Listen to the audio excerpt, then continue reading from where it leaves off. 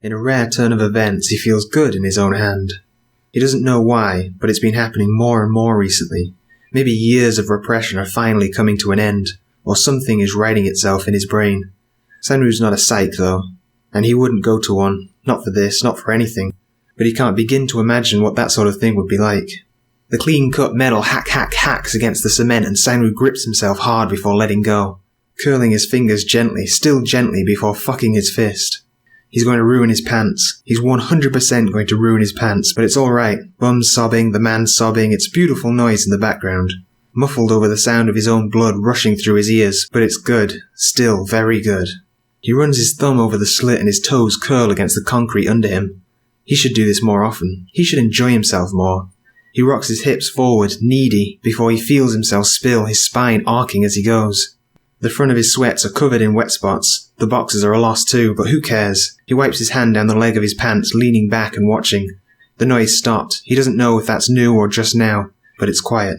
Bum's panting, the cleaver a few inches from him, hands shaking, pressed to his chest.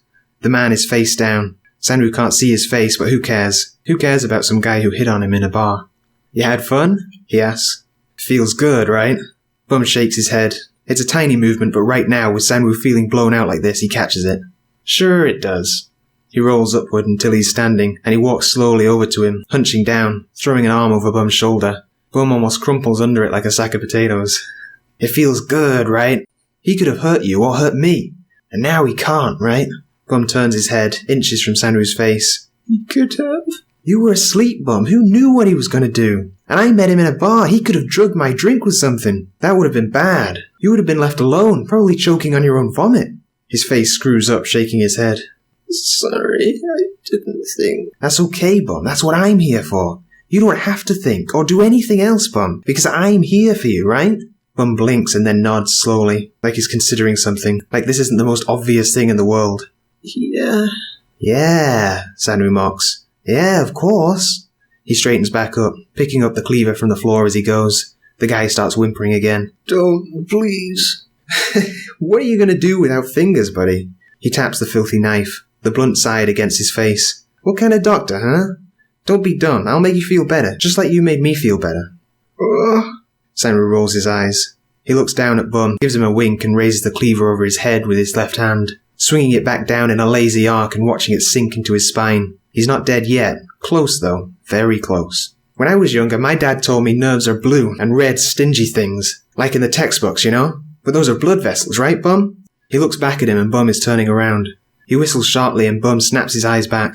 But nerves are just white things. I'm always a little disappointed, you know? I keep expecting a bundle of colourful strings to flow out, but they never do. He lifts the cleaver again, landing it lower down his spine. Please!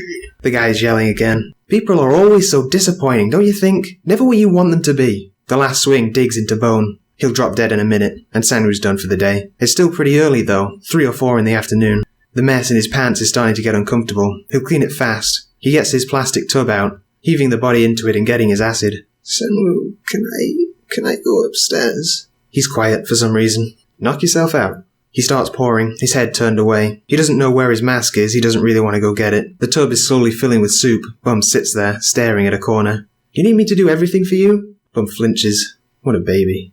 Sangwoo folds the legs in, pours the rest of the bottle out and goes to wash his hands. Probably should have done that before, but who cares? He lifts Bum up and he's up the stairs with him again. You're filthy, he says. Bum looks down at himself, and it's almost like he didn't realise he was covered in blood and bone and dust. He turns green almost immediately, and before Sangwoo can get out a quick, wait 2 seconds, we're almost there. Both of them are covered in vomit. The knee-jerk impulse is to drop him, to get away from him and rip his shirt off, but he doesn't. Bum's covering his face immediately, embarrassed or scared, or... Sangwoo's covered in vomit, blood and jizz. Ugh. He sets him on the floor of the bathroom, ripping his own clothes off. He throws it into the sink and runs the water before getting into the shower. It's freezing, but who cares? Vomit on his floor is one thing, vomit on his shoes is another. But, ugh. He's clean a minute later, his hair's wet too. Bum's still sitting on the floor when he steps out. Well? I'm sorry. I would hope so. I didn't mean to. I would hope not. He looks at the laundry pile. I'll clean it. It's fine. Take yours off and I'll throw it in the wash. The wash he already did today, but why not waste more water? He waits and Bum's turning red for some reason again. If you vomit again, the toilet's right there, come on. He tugs his clothes off and stares up at Sangwoo's eyes. "You're naked." Sangwoo tilts his head. "You're a pervert." He gathers up their dirty clothes and throws them in the washer with the other stuff, starting the load all over again. He gets dressed before going back to the bathroom. "I'll be heading out for an hour or two. Can you make dinner or should I get something?" "I'll make food." Bum's hoisted himself over the rim of the tub. His feet dangle out of it. "Where are you?" Bum shakes his head. "Are you bringing people over?" That's a cute way to say it. He likes it more than he wants to admit. 3 in a week's enough. He heads out the door. He has no idea where he's going until he's standing in front of the store window 2 hours later, sweating from the heat. There's a dress on a mannequin that caught his attention, enough to make him stand in the middle of the street and stare at it. It's a simple dress, light brown and pleated, but it reminds him of something his mother wore. The mannequin is even the same build as she was, and it's sort of odd in a way most people won't find it to be. The sky is orange. The sun is sinking down slowly behind one of the tall buildings behind him. He taps his finger along his thigh and he doesn't move for a while. Not until someone bumps into him heading into the store. His eyes trail after a woman and he follows. There's an attendant at his side almost immediately, and 20 minutes later he walks out of the store with a bag and less money in his account. He comes home late, locking the door behind him. He hears something frying in the kitchen. "Sangwoo?" He pulls his shoes off and heads into the kitchen. "You took longer than you said you would." Bum turns to look at him, his eyes landing on the bag and then back at Sangwoo's face. "I brought you something." "Oh, you didn't have to." "Go put this on. I'll finish cooking." He muscles Bum out of the way and waits. Bum wheels back into the kitchen 5 minutes later, blushing and twitching. It matches his skin tone and he looks neat. Elegant again. Like the first time Sangwoo put a skirt on him. It's just the size, worth the money he spent. And for a split second, a trick of the light or the angle or something, his mother's there, smiling back at him. He blinks and it's Bum again, smiling and looking at the floor. Sangwoo scratches his head, watching him carefully. "Does it suit me?" Sangwoo burns the food.